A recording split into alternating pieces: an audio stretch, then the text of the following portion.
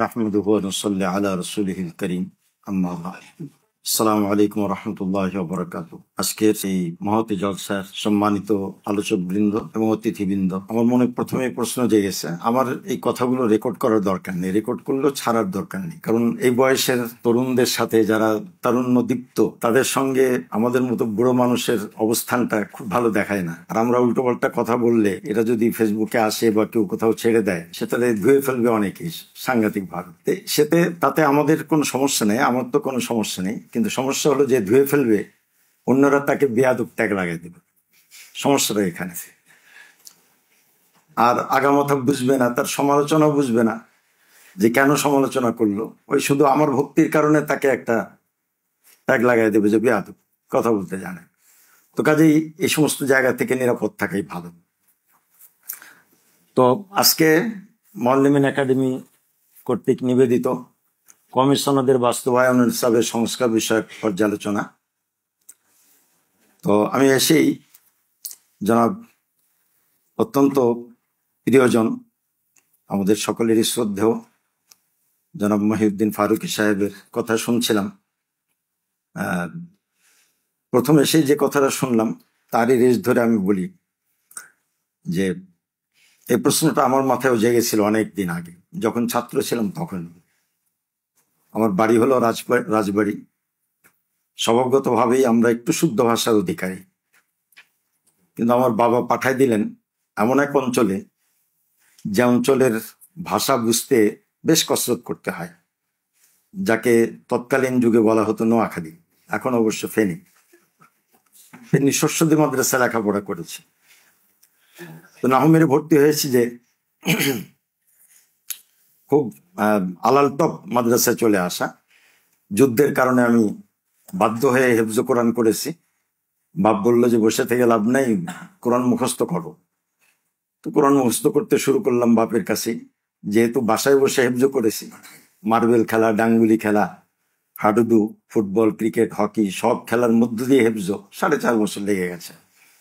এরপরে যাই হোক, কোনো মতে আমাকে পার করে দিলেন যে না, দেশে আর কোথাও রাখা যাবে না, ওকে পাঠাই দিই। তো শস্যদী মাদ্রাসায় কিভাবে যোগাযোগ হলো এক তাবলিগি মুরব্বীর মাধ্যমে, ওখানে পাঠাই দিলেন।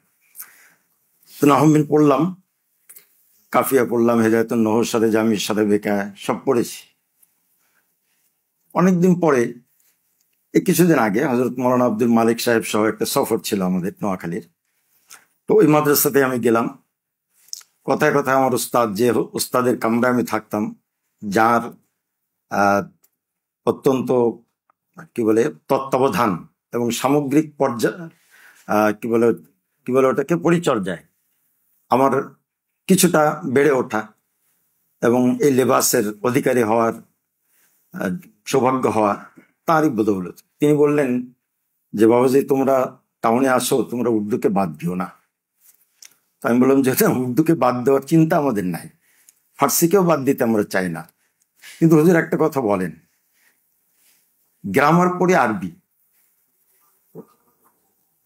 গ্রামারটা লেখা হচ্ছে ফার্সি ভাষায়, এটা তর্জমা হচ্ছে উর্দু ভাষায়, আর বুঝতেছি নোয়াখালী ভাষায়। এইটা কোন জ্বালা! এটা আমি এসেই শুনলাম ফারুকী সাহেবের মুখে, তাই মনে পড়লো আর কি, যে এই যে যন্ত্রণা, আরবি গ্রামার ফার্সিতে লিখিত, তর্জমা হচ্ছে উর্দু, বুঝি নোয়াখালী ভাষায়। এই যে 3-4টা ভাষার মধ্য দিয়ে আমাকে যেতে হয়েছে। যেহেতু আল্লাহ তাআলা মেধা দিয়েছিলেন, কাজেই 15 দিনের ভিতরে নোয়াখালী ভাষা বুঝতেও পারতাম এবং শিখেও ফেলেছিলাম। কেউ বলতে পারতো না যে আমার বাড়ি রাজবাড়ি, ওই এলাকায় সবাই মনে করতো যে আমার বাড়ি বোধহয় দাগন ভূঁইয়া টুইয়া হবে, বসুরহাট, ওবায়দুল কাদের বাড়ির কাছে টাছে হবে। তো যাই হোক, তো এই হলো সমস্যা, একটা বড় সমস্যা আমাদের।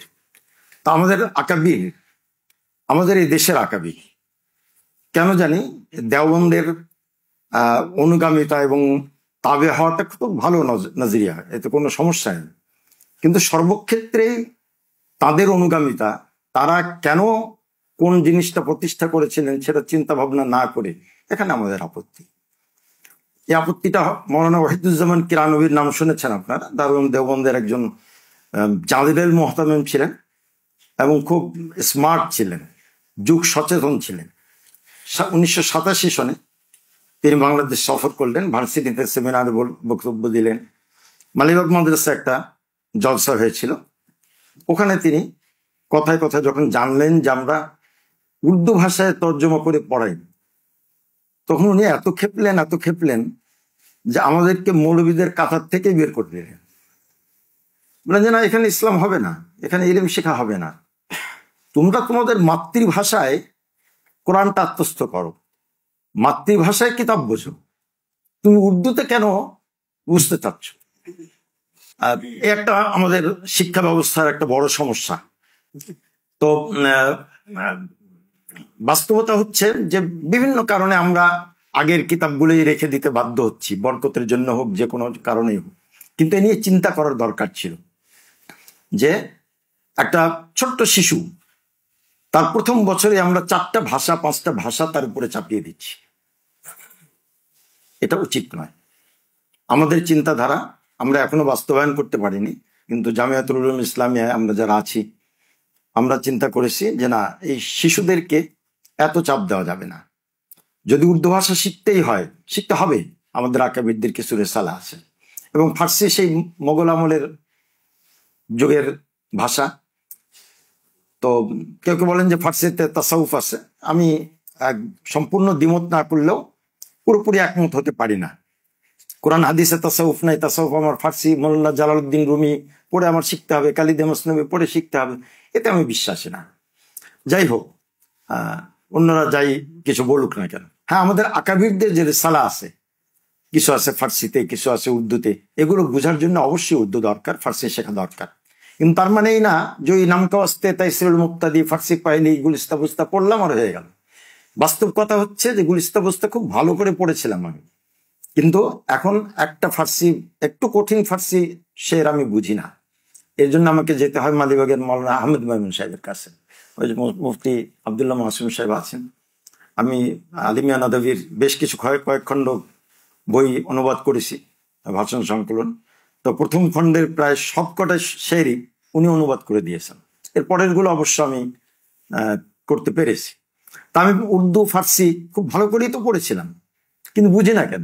ইকবালের শের বুঝি না কেন, তারপরে জালালউদ্দিন রুমির শের বুঝি না কেন, ফার্সি কঠিন ভাষা বুঝি না কেন। এই বুঝি না কেন, এদিকে আমাদের দৃষ্টি দিতে হবে, এর রহস্য উদ্ঘাটন করতে হবে। সবচেয়ে দুঃখের বিষয় যে আরবি নিয়ে চর্চা, মূল চর্চা আমাদের আরবি নিয়ে, মূল চর্চা আরবি নিয়ে। আলহামদুলিল্লাহ কিছু কিছু সরাহ বুঝি, পড়তে পারি। ফতুল মুলহিমটা মালিবাগে মৌলানা নূর হোসেন কাসিমি সাহেব ধরে ধরে পড়াতেন যে বাজি এই জায়গা থেকে জায়গা মোতালা করে নিও। মারিফুস সুনান খুলে দিতেন যে বাজি এই জায়গা থেকে জায়গা পড়ে নিও। এটা অনেকের কাছে আশ্চর্য লাগবে। কোন কোন মাদ্রাসায় তো মোদারিস সাহেবরা কি পড়াচ্ছেন, কোন সরা দেখে মোতালা করছেন, ওটা উচ্চারণই করেন না। ছাত্র যদি কামরায় ঢুকে পড়ে তো সরাটা লুকায় ফেলেন, মনে করেন যে যদি আবার জেনে যায় কোন সরা দেখে পড়ি তাহলে তো আমি আলিম হিসাবে ওদের কাছে গণ্য হব না। আমরা অবশ্যই এটা শিখিনি, আমরা মৌলানা নূর হোসেন কাসিমি সাহেবের কাছ থেকে শিখেছি যে কোন জায়গা থেকে উনি তাকরির করলেন এই জায়গাটা মোতালা পড়ে নিতে বলতে। আমিও এখনো মেশকাত আউয়াল 32 বছর ধরে পড়াচ্ছি, ওইভাবেই সরা নিয়ে যাই, ছাত্রদের বলে যে এই জায়গা থেকে এই জায়গা মোতালা করে নেন। এটা ফতুল মুলহিমে ভালো আছে, এটা তাকমিলায় ফতুল মুলহিমে ভালো আছে, এটা ফয়জুল বাড়িতে ভালো আছে, এটা কাশফুল বাড়িতে ভালো আছে। এই বিষয়টা এক এক সময় এক একটার কথা বলে দেই, ওরা মোতালা করে। এমনকি বাবুল ইতিসাম বিল কিতাবে ওয়াস সুন্নাহ, ওই ইবনে মাজার একটা সরা আছে, উর্দু সরা, সিলেটি একজনের লেখা বোধহয়, আমানিল হাজা নামে। বলি যে বেদাত সম্পর্কে আলোচনা ওখানে ভালো আছে, ফতুল মুলহিমও আছে, কিন্তু ওখানে আরো ভালো আছে, ওটা দেখে নিও। তো যেটা বলছিলাম আমি, সব কথাই আমার রেকর্ড করা যাবে না, এখান থেকে খোলাসা বের করবেন আপনারা। যে এই যে আরবি পড়লাম, সরাও মোতালা করলাম, কিন্তু শায়েখ আওয়ামের কিতাব তো আমি বুঝি না। বাস্তবতা, এটা স্বীকার করতে দ্বিধা নেই। এটা যদি ছেড়ে দেন তাহলে কিন্তু বেইজ্জত হব। তো শায়েখ আওয়ামের কিতাব তো বুঝি না আমি, বাস্তবতা এটা। আচ্ছা, আরবি বলা এটা তো বহুত দূর কি বাত, কুফুরি করে ফেলাই অনেক সময়। নাম কয়ে খালি নাম। এখন আলাস্তু বিরাব্বিকুম, ওখানে যদি কলু বালা না কয়ে নাম কইতাম তাহলে বলে কাফের হয়ে যেতাম আমরা। কারণ বালা ব্যবহার হয় ওই মা কাবলের তাকে কি করার জন্যে, না, নাম ব্যবহার হয় আগে যা বলছে সেটারই তাকরির করার জন্য, আর বালাকে বালা আসে নফি করে দেওয়ার জন্য। Why not, of course why not, এটা বোঝানোর জন্য। আর নাম মানে আপনি রব না। তা আমরা তো ওই যে আরবি আলারা যারা তাবলিগে আসে, একটু শুনি তো, কথা বলে আসে, কথা বলতে চায় তো ঘামতে থাকি, আন্ডারপ্যান্ট পর্যন্ত ভিজে যায়, আর এদিকে বলি যে নাম নাম, ব্যাস। এর চেয়ে বেশি পারি না, সোজা কথা। আমাদের ছাত্ররাও পারে না, আমাদের ওস্তাদরাও পারতেন না, এটা হলো বাস্তবতা। এটা কেন এই 14টা বছর পড়ার পরেও আমরা আরবিতে কেন কথা বলতে পারি না? ওই সাধারণ সরাসুরুয়াত যেগুলো আমাদের হাতের কাছে আছে, মুরাওয়াজা সরাসুরুয়াত, এগুলো বুঝি, বাকিগুলো বুঝি না কেন? তাও এটা বোধহয় বললে অত্যুক্তি হবে না। এই যে ফতুল মুলহিমের কথা বললাম, তাকমিলায় ফতুল মুলহিমের কথা বললাম, বা কিছু কিছু সরার কথা বললাম, এগুলো কিছু কিছু মাদ্রাসার কিছু কিছু ওস্তাদেরা বোঝেন এবং ছাত্ররা বোঝেন। অনেক মাদ্রাসাতে এগুলো নামই জানে না। দেওবন্দে যখন পড়তে গিয়েছি তো মৌলানা মকবুল বাড়িধারা ছিল, এখন বোধহয় নাই এই বছর। তো মৌলানা মকবুল হোসেন আমার বন্ধু ছিল, ও বড় লোক ছিল, আমিও পয়সা কম ছিল না, কিন্তু আমি খালি নাস্তার পত্রিকা কিনে পড়তাম, কিতাব বেশি কিনতাম না, ও কিতাব কিনতো। তো দেওবন্দে যে একদিন জিজ্ঞেস করতেছে অনেকের সামনে যে মকবুল, তোমার কাছে ফতুল মুলহিম আছে? আশ্চর্যের বিষয় হলো তখন দারুল উলুম দেওবন্দে তাকমিলা ছিল না, তাকমিলাটা তখনও যায়নি। আমরা কিন্তু মালিবাগে মোতালা করে গেছি, কিন্তু মাকতাবায় দারুল উলুম দেওবন্দের মাকতাবায় তখনও আসেনি। মৌলানা নিয়ামতুল্লাহ সাহেব মকবুলের কাছ থেকে নিয়ে মোতালা করতেন। তো মৌলানা মকবুলটা জিজ্ঞেস করলাম যে ফতুল মুলহিম আছে তোমার কাছে?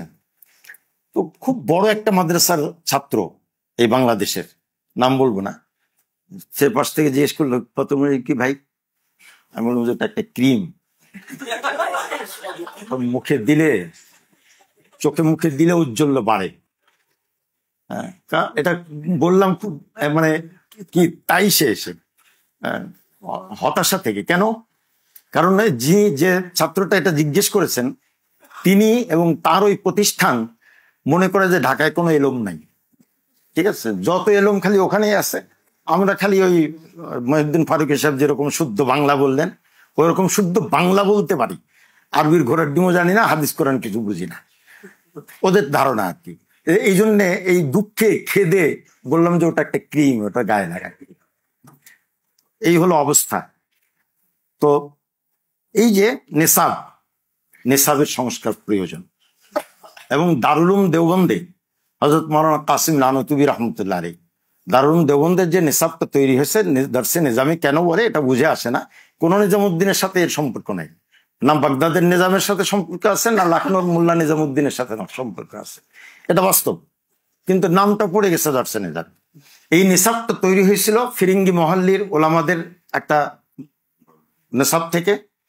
এর ভিতরে দখল ছিল দিল্লি কলেজের, এবং সঙ্গে সঙ্গে শাহ ওলিউল্লাহ মুহাদ্দিস দেহলভির বংশধরদের যে নেশাব ছিল সেটা, তিনটা মিলে তৈরি করা হয়েছিল দারুল উলুম দেওবন্দের নেশাব। এখানে ফালাকিয়াত ছিল, মহাকাশ বিজ্ঞান যেটাকে অধিবিদ্যা ছিল, মাবাদ তাবিয়াত যেটাকে বলে, মেটাফিজিক্স, হ্যাঁ মেটাফিজিক্স, তো এগুলো ছিল। তারপরে বীজগণিত ছিল, আলজাবরা ছিল, জ্যামিতি ছিল, এসব ছিল। কেবলানুমা খুব কঠিন কিতাব, ওটা মৌলানা আবুল বাশার শাহ হুজুরের কাছ থেকে নিলাম, আমাদের শাইখুল হাদিস সাহেব, 20 পৃষ্ঠা বুঝলাম। এরপরে উনি যে শুরু করছেন জ্যামিতি মামিতি হান্দাসা মান্দাসা কি, কিচ্ছু বুঝি না, এক শব্দ বুঝি নেই, বাস ওটা রেখে দিচ্ছি। 20 পৃষ্ঠা, প্রথম 20 পৃষ্ঠা বুঝেছি, কারণ ওই 20 পৃষ্ঠা আমাদের উলুমের সাথে সম্পৃক্ত। বাকি আর যা বুঝেছেন বিজ্ঞান টিজ্ঞান দিয়ে সবকিছু বুঝেছেন।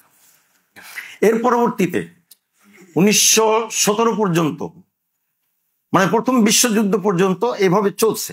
এবং মৌলানা কাসিম নানুতুবি এবং তৎকালীন ওলামায়ে কেরামের এটা চিন্তাধারা ছিল যে এখানে আমরা মানে দানিশমন্দি যেটাকে বলা হয়, জ্ঞান বিজ্ঞানের চর্চা, আধুনিক জ্ঞান বিজ্ঞানের চর্চা আমরা করব।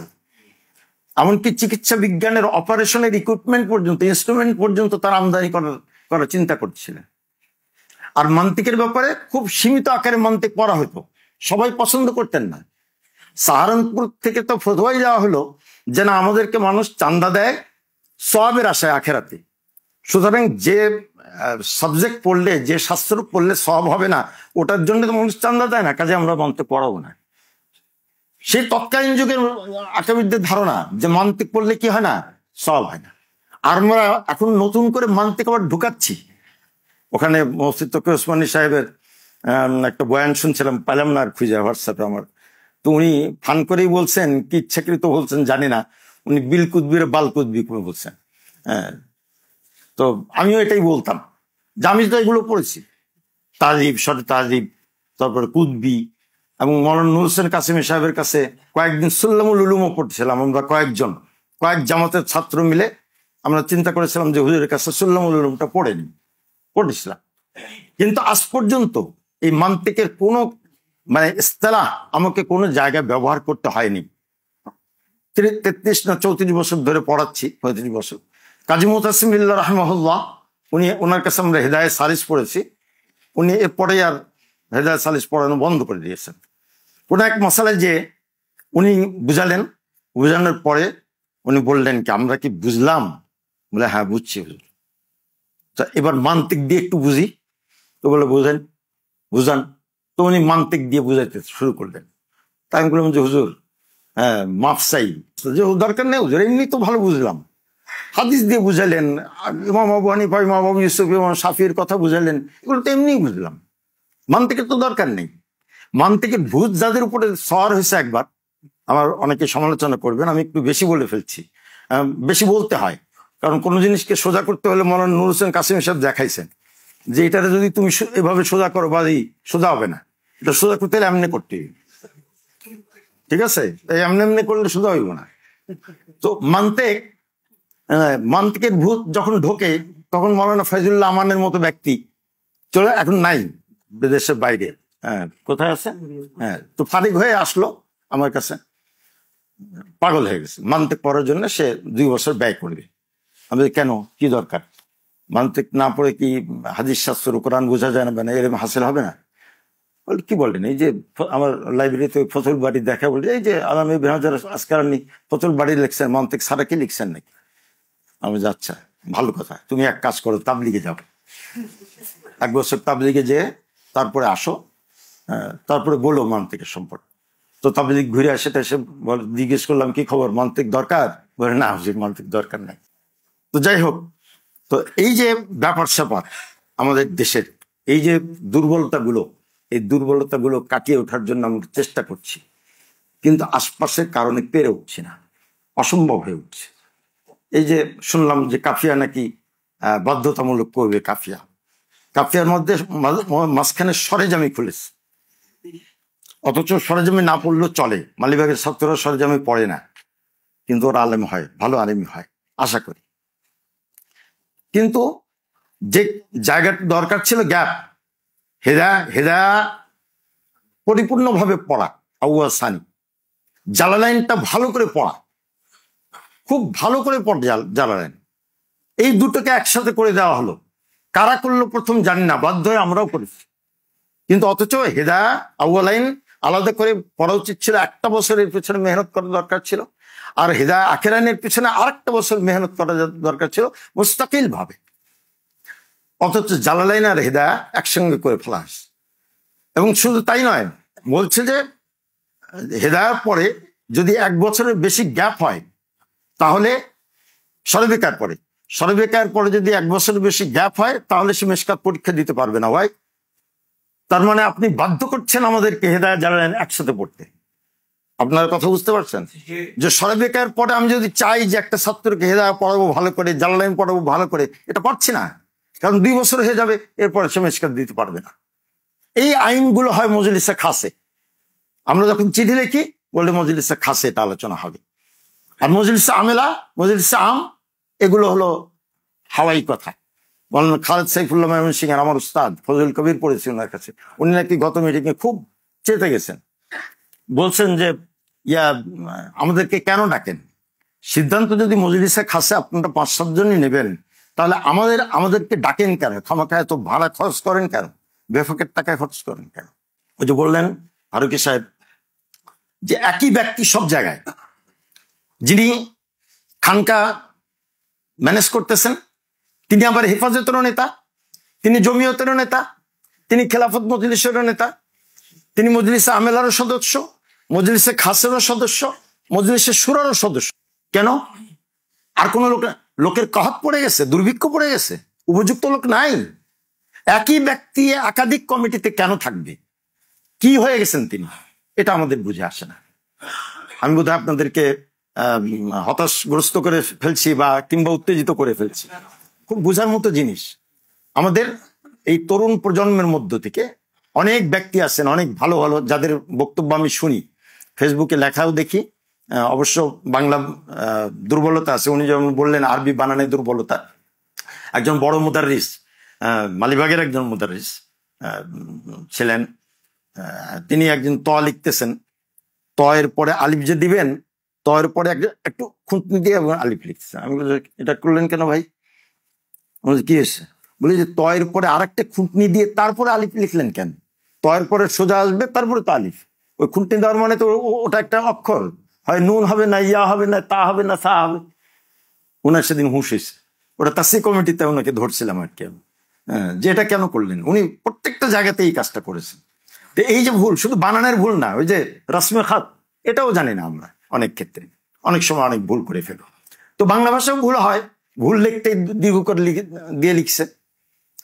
বিকৃত মৌলানা আব্দুল মালিক সাহেবের বায়ান, এই জুমার আগের জুমার সালাংশ লিখতে যে লিখছে বিকৃত, কয়রফালা রস্বীকার, মানে মাবিয়ে, বিক্রয়কৃত, আসলে বিকৃত।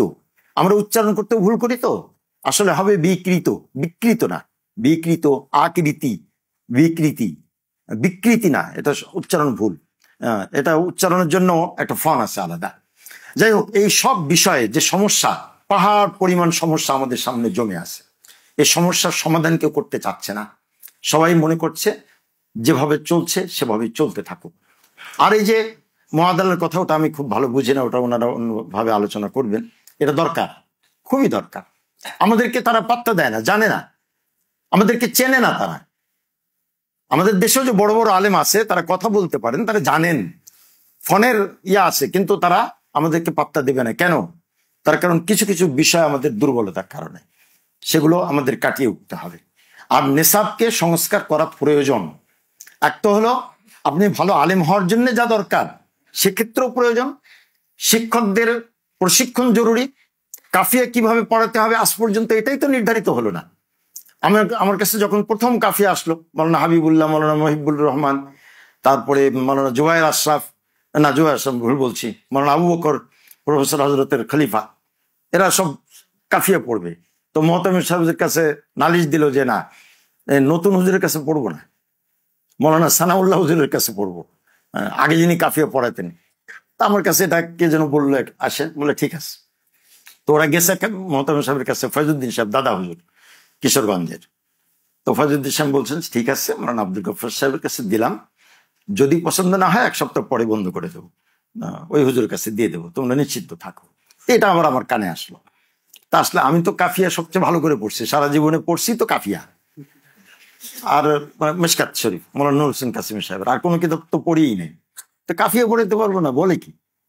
তো শুরু করলাম আল কালিমাতুল লফজুন উজিয়ালি মানান মুফরাদিন। এই আল কালিমাতুর উপরে 7 দিন তাকরির চললো। এরপরে বললাম যে এরপরে পুরো আল কালিমাতুল লফজুন উজিয়ালি মানান মুফরাদিন, এর জন্য আরো 37 দিনের তাকরির আমার কাছে সংরক্ষিত আছে। পড়া কি এভাবেই চলবে না কাফিয়া পড়বো? প্রযোজের আমরা কাফিয়া পড়বো, ইরান তুরান আমরা পড়তে রাজি না। ঠিক আছে, তাই আজ পর্যন্ত ঠিক হলো না যে আসলে কাফিয়া পড়ার তর্জটা কি হতে পারে, হেদায়েতুন নহর পড়ার তর্জটা কি হতে পারে। হেদায়েতুন নহতে ওই হেকাম ও নিকাত বলতেছে। এক ছাত্র গেছেন লাকসামের হুজুরের কাছে, মৌলানা আব্দুল আজিজ সাহেবের কাছে, মৌলানা আব্দুল আখেরের আব্বা, আব্দুল আখের যে তাফসীর ফাউন্ডেশনের চেয়ারম্যান, ওনার কাছে গেছে, উনি বসা। মৌলানা ইমদাদুল্লাহ গেছে হেদায়েতুন নহ নিয়ে, হুজুর এখানে ইচ্ছা হইলো কেন, ইচ্ছা হইলো কেন, আর না আরো বুঝাই দেন। তো হুজুর জিজ্ঞায় যে তুই হইসস নি, হেদায়েতুন নহর মুকদ্দমা হইসস নি, খুতবা হইসস নি? বলে হইসি। বুঝছি? বলে বুঝছি। বলে কিয়া কইছে? হর। তো পরে মিন গায়রি তাআররুজিন লিল আদিল্লাতি ওয়াল ইলাল লিআল্লাহ ইউশাউশা জাহানাল মুফতাদি। তো এটা বুঝছি। তো তো তখন তো চুপ হয়ে গেছে। বলে তো আদিল্লার ইলাল তো কইতেই চায় না মুসান্নিফ, যে জাহানাল মুফতাদি কি হবে, প্রোপাগান্ডা হয়ে যাবে, বিক্ষিপ্ত হয়ে যাবে। তুই কেন দলিল আদিল্লাহ তালাশ করিস? তো এই হেদায়েতুন নহতে আমরা দলিল আদিল্লাহ দিয়ে পড়াইতেছি। আর কাফিয়াতে সরেজামিতে যা আছে তার চেয়ে বেশি তাকরীর করতেছে কাফিয়াতে। তো সরেজামি কেন পড়া? সরেজামিটা কেন পড়বো আমরা? এই যে বিশৃঙ্খলা সমস্ত জায়গায়, কোন কিতাব, একজন আসে বললেন যে তানজিমুল আস্তাদ মোতালা করেন। আমরা যখন মেশকাত পড়ি, তানজিমুল আস্তাদ তো বলেন আবিসাত মোতালা করেন। আবিসাতের মুসাল্লিফ যিনি, তানজিমুল আস্তাদের মুসান্নিফ নামটা কি? আবুল হাসান সাহেব। হ্যাঁ, উনি দুঃখ করে বলতেন যে আমি কিতাব লিখলাম আবিসাতের হলকরণের লেগা, তানজিমুল আস্তাদ, আমার কিতাবের ওরা আবিসাত বানায় লাইল। মানে কেউ তানজিমুল আস্তাদ কয় না, কয় আবিসাত। এটা প্রসিদ্ধ ছিল নোয়াখালীতে, আবিসাত। তো উনি এসে বলতেছে, আমাদের ক্লাসে মেহমান ছিলেন রাত্রে, উনি বলতেছেন যে আবিসাতটা মোতালা করেন। বললে কেন, কি হয়েছে? বলে ওটা পড়ে খুব ভালো কিতাব, খুব ভালো সারা, ওটা পড়ে আমি আবু দাউদ পড়াই, ওটা মোতালা করে আবু দাউদ পড়াই। আমরা তখন মিশকাত পড়ি, তখন আমরা আন্দাজ করে ফেলছি উনি কত বড় মুহাদ্দিস, যিনি তানজিমুল আস্তাদ মোতালা করে আবু দাউদ পড়ান। এই চিত্রটা এখানকার না, প্রায় প্রায় সমস্ত মাদ্রাসাতে এই ধরনের চিত্র আপনারা দেখতে পান। এই জন্যে ফারুকী সাহেব যেটা বলছিলেন যে শিক্ষক প্রশিক্ষণের ব্যাপারটা, এই যে এখানেও আছে শিক্ষক প্রশিক্ষণের ব্যাপারটা, বিএড পরীক্ষা না দিয়ে, আরো একটা কি আছে পিটিআই, এটা পরীক্ষা না দিয়ে কেউ প্রাথমিক স্কুলের শিক্ষক হতে পারে না, কেউ হাই স্কুলের শিক্ষক হতে পারে না। আমাদের দেশে এরকম কোনো ব্যবস্থা নেই। কোন কিতাব কিভাবে পড়াতে হবে, ছাত্রদের প্রতি আমার মন মানসিকতা কি ধরনের হওয়া উচিত, আমার শাসনটা কি পরিমাণ হওয়া উচিত, শুধুই ব্যাত লাগাবো না, আদরও করতে হবে, এই নানা বিষয়ে আমাদের দুর্বলতা আছে প্রচুর পরিমাণ। এই দুর্বলতাগুলো আশা করি আপনাদের মধ্য দিয়ে কেটে উঠবে পরবর্তীতে। এবং নেশাব সংস্কারের যে বিষয়টা, এটাও আপনাদের হাত দিয়ে হবে মনে আমরা আশা করি। এবং সঙ্গে সঙ্গে আরেকটা কথা, অনেক লম্বা হয়ে গেল, জ্ঞান বিজ্ঞানের যে আধুনিক জ্ঞান বিজ্ঞান, দাওয়াতের প্রয়োজনে ইংরেজি ভাষা শেখাটা ফরজ বলে আমার কাছে মনে হচ্ছে। মাওলানা তকি ওসমানী সাহেবকে মুফতি শফি সাহেব ইংরেজি ঠিকই শিখাই দিচ্ছেন। এটা আমার মাদ্রাসায় বললে, আমার এক মুজারিস বললেন হাসতে হাসতে যে এই জন্য মাওলানা মুফতি শফি সাহেবকে দেওবন্দ থেকে খারেজ করে দিছে অনেক আগেই। উনি দেওবন্দি আর থাকেন নাই, এটা খুব দুঃখজনক। ওনাকে দেওবন্দি বলা হয় এই জন্যে যে ওনার ছেলেকে, উনি একটু অন্য মানসিকতা ছিলেন, উন্নত মানসিকতার, উদার মানসিকতার। উনি কাব্যচর্চা পছন্দ করতেন, কবিতা লিখতে পছন্দ করতেন। ওনার ছেলে মেয়েরা সবাই কবিতা লিখতে পারতো। ওনার বোন মুফতি তকি ওসমানী সাহেবের বোনও ভালো ভালো কবিতা লিখতে পারত উর্দুতে। আমরা একজনও বাংলায় কবিতা লিখতে পারি না। নজরুলের সমপরিমাণ, রবীন্দ্রনাথের সমপরিমাণ তো অনেক দূরের কথা। মানে কবিতা হিসেবে খায়, গ্রহণযোগ্য এরকম কোনো কবিতাও আমরা লিখতে পারি না। তা আধুনিক জ্ঞান বিজ্ঞান আমাদের অর্জন করা উচিত দাওয়াতের প্রয়োজনেই। এবং শুধু দাওয়াতের প্রয়োজনে না, আমার খেয়াল, যেটা এখন জামিয়াতুল উলুম ইসলামিয়া প্রতিষ্ঠিত করতে পারেনি, আমার খেয়াল যে আজকে যদি কিছু ছেলে প্রশাসনে থাকতো, কওমি মাদ্রাসার ফারিক, তাহলে আজকে বাংলাদেশের অবস্থাটা এরকম হতো না। সেদিন একজন বললো যে ওরা যদি গুমরাহ হয়ে যায়, আমি বললাম যে গুমরাহ হলে কতটুকু গুমরাহ হবে? প্যান্ট শার্ট পরবে, তো প্যান্ট শার্ট পরলে কি জাহান্নামে চলে যাবে? নামাজ পড়ে না, তো যারা আসে নাই তারা নামাজ পড়ে না, তো তাদের ব্যাপারে তোমাদের ফিকির কি?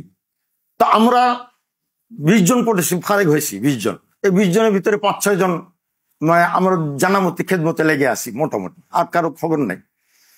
এখন তো 7 জন ফারেক হচ্ছে আমার মাদ্রাসা থেকে। এই 40 জন যদি না আসতো, ওরা যদি সবাই স্কুলে যেত, কি করতাম? এই 40 জন রে আমরা ইন্টারমিডিয়েট পরীক্ষা দেওয়ায় ভার্সিটিতে পাঠাই না। ওরা গুমরা হলে কতটুকু গুমরা হবে? আমি কথা বুঝাতে পারলাম? সম্পূর্ণ গুমরা হবে না, এক সময় না এক সময় এই মূলের দিকে ফিরে আসবে। আমাদের সমর্থন অবশ্যই করবে। এই একটা কথা গল্প বলে শেষ করছি। আমার বড় ভাই ছিলেন কমিউনিস্ট, পাক্কা কমিউনিস্ট, কিন্তু বাপও ছিলেন জেনারেল শিক্ষিত। এক বিহারির কাছ থেকে উর্দু শিখছেন আর কোরআন শরীফ শিখছেন, কোথায় কি জানি না। ওনার কাছে আমি সেইভাবে কোরআন শরীফ শিখতে পেরেছি, জেনারেল শিক্ষা শিক্ষিত। বাপ ছিলেন, ভাই ছিলেন কমিউনিস্ট। কিন্তু ওনার ওই যে ছোটকালে বাবার কাছে কোরআন শরীফ পড়ছে, বেহেশতি জোহরও পড়ছেন উর্দুতে। আগে ছিল এসএসসিতে স্কুলে পাকিস্তান আমলে বেহেশতি জোহর পড়তে হইতো, উর্দু পড়তে হইতো। তো আমার বড় ভাই বেহেশতি জোহর পড়ছেন। ইসলামিক কিছু ধারণা আছে, 40 হাদিস পড়া, এগুলো ছিল। একদিন ফার্স্ট ক্লাসে উঠছি গাড়িতে, আমি তখন হেদায়তুন কাফিয়া পড়ি, ট্রেনে উঠেছি রাজবাড়ি থেকে বাড়িতে যাব কালুখালী। তো উনিও উঠছেন সাথে, আমাকে আগায় দিয়ে আসবেন। তো ফার্স্ট ক্লাসে খুব কম প্যাসেঞ্জার থাকতো সাধারণত, আমি সবসময় ফার্স্ট ক্লাসে চড়তাম। তো ওই ভদ্রলোক একজন সামনে, সে জিজ্ঞেস করতেছে কি পরি হ্যান ত্যান। তো এই লুঙ্গি, আপনাদের মতো পায়জামার চল ছিল না তখন, লুঙ্গি পরা থাকতো, লুঙ্গি ছিল পন্স, আর কাঁধে ঝোলানো একটা ব্যাগ, কবি কবি ভাব, চটের ব্যাগ একটা ছিল আর কি। দেখে ওর কাছে কেমন কেমন লাগতেছে, কি পড়ি হ্যান ত্যান জিজ্ঞেস করলো। তো জিজ্ঞেস করতে করতে হঠাৎ বলতেছে যে তাহলে খালি ধর্ম নিয়ে থাকবেন, তো ডাক্তার ইঞ্জিনিয়ার কি হবে? আমি তো পড়ি না হমিন না কাফিয়া মনে নাই আমার ঠিক, আমি কি জবাব দেবো আমি বুঝে উঠতে পারতেছি না। আমার বড় ভাই কমিউনিস্ট, কিন্তু সহি জবাব দিয়েছেন এবং সুন্দর জবাব দিয়েছেন। বলে তো দায়টা ওর উপরে, ওদের উপরে চাপাচ্ছেন কেন? দায়টা আপনারা নিয়ে নেন, আপনারা ভার্সিটিতে কলেজে ইসলাম ঢোকান, তাহলেই তো হয়ে যায়। তাইলে তো ধর্মজ্ঞানী সে ডাক্তারও হবে ইঞ্জিনিয়ারও হবে, ওদের উপরে দায়টা চাপাচ্ছেন কেন? সুন্দর জবাব না? সুন্দর জবাব। এই ভাই উনি আমার দাওরা হাদিস দেওবন্দে যাওয়ার পয়সার যোগান দিয়েছেন। সব পয়সা বাপের কাছ থেকে নিতে পারি নাই, কারণ বাপের কাছে আবার হিসাব দিতে হতো যে কি বাবদ খরচ করলাম, কড়া মানুষ ছিলেন, তো বড় ভাইয়ের কাছ থেকে নিছি। এবং উনি শেষ জীবনে নামাজও পড়তেন এবং ইসলামের বিরুদ্ধে কখনো বলতেন না। আমার বাসায় একদিন ওই সিগারেট খাচ্ছেন আর পেপার পড়তেছেন, হঠাৎ ওই কিছুক্ষণ আগেই অর্থনীতি নিয়ে আলোচনা হলো, রাজনীতি নিয়ে। তো আমি চুপ করে গেছি। কিছুক্ষণ পরে আমি বললাম যে আচ্ছা যাই হোক, সমাজতন্ত্র কায়েমের জন্য ধর্মের বিরোধিতা করার প্রয়োজন ছিল না। তো উনি তাকাই রয়েছেন নিচের দিকে, পেপার পড়তেছেন। তো হঠাৎ করে মাথায় ওঠে, কি বললি আবার বলতো, গুরুত্বপূর্ণ কথা। তাই বললাম যে সমাজতন্ত্র প্রতিষ্ঠার জন্য এটা একটা অর্থনৈতিক দর্শন, এই দর্শন প্রতিষ্ঠার জন্য ধর্মের বিরোধিতার প্রয়োজন ছিল না। যদি আপনারা ধর্মের বিরোধিতা না করতেন তাহলে আপনাদের সমাজতন্ত্র খুব তাড়াতাড়ি প্রতিষ্ঠিত হতে পারত এই দেশে। বলে যেটা হ্যাঁ ঠিক বলেছিস, আমরা খুব ভুল করেছি। এরপরে ধর্মের বিরুদ্ধে উনি কখনো বলতেন না এবং নামাজ পড়তে যেতেন, গ্রামে যখন যেতেন আসর সময় যেতেন, আসর পরে যে চাটা খেয়ে মাগরিব ইশা পড়ে তারপরে বাড়িতে আসতেন, গ্রামে যখন যেতেন। আর ওই বলতেন আমার চাচারে, যারা সেক্রেটারি সভাপতি, ওদের বলতেন যে শোনো জালাল, যদি জান্নাত বলে কিছু থাকে তো তোমাদের আগে যাব। বলে কেন? বলে আমি তো কারো পয়সা মেরে খাই না, 2 ওয়াক্ত নামাজ পড়ি, আল্লাহ বাকি নামাজগুলোর গুনাহ মাফ করে দেবেন, কিন্তু কারো হক তো নষ্ট করি না। তোমরা তো এই নামাজ পড়ে যাই ওই আইল ঠেলবা, ঠিক আছে, জমির আইল ঠেলে আরেকজনের ভিতরে ঢুকে যান, ওটা তো আল্লাহ মাফ করবে না। এই যে কিছুটা বোধ ছিল, কিছুটা চেতনা ছিল, এটা বোঝা যায়। ওই যে ফাউন্ডেশনটা তো কিছুটা ছিল। তো যে ছেলেটা মাদ্রাসা থেকে ফারিগ হয়ে যাবে সে পুরোপুরি গুমরা হয়ে যাবে, এটা আমি বিশ্বাস করি না, অসম্ভব। তা আমরা আশা করি সামনে এটা হবে, যে আমাদের মাদ্রাসাগুলো এই আধুনিক শিক্ষাকে আপন করে নেবে এবং আমাদের মধ্য থেকেই এমন ডাক্তার, এমন ইঞ্জিনিয়ার তৈরি হবে, এমন বিসিএস ক্যাডার তৈরি হবে যাদের মাথায় থাকবে টুপি দাড়ি, এবং যারা আমাদেরকে এগিয়ে নিয়ে আসবে, সংবর্ধনা দিয়ে নিয়ে আসবে তাদের সচিবালয়ে আমাদেরকে অভ্যর্থনা জানাবে। আল্লাহ তাআলা আমাদের সকলকে তৌফিক দান করুন।